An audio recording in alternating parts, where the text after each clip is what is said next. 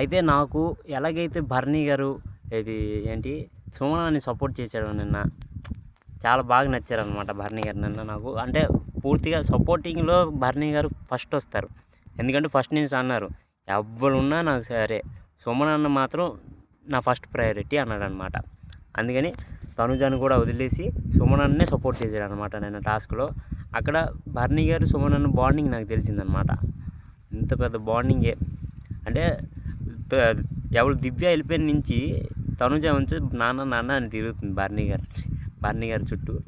అది ఎందుకో అంటే తనుజ ఇన్ని రోజులు దివ్యకి జడిసిపోయిందా అని నాకు డౌట్ వచ్చింది అనమాట. అంటే ఎందుకు భరణి గారిని దూరం పెట్టింది, దివ్యతో భయపడి పెట్టిందా, లేదా గేమ్ మీద ఫోకస్ పెట్టిందా, తర్వాత దివ్య వెళ్ళిపోయాక మళ్ళీ నాన్న అని తిరిగింది అనమాట తనుజ.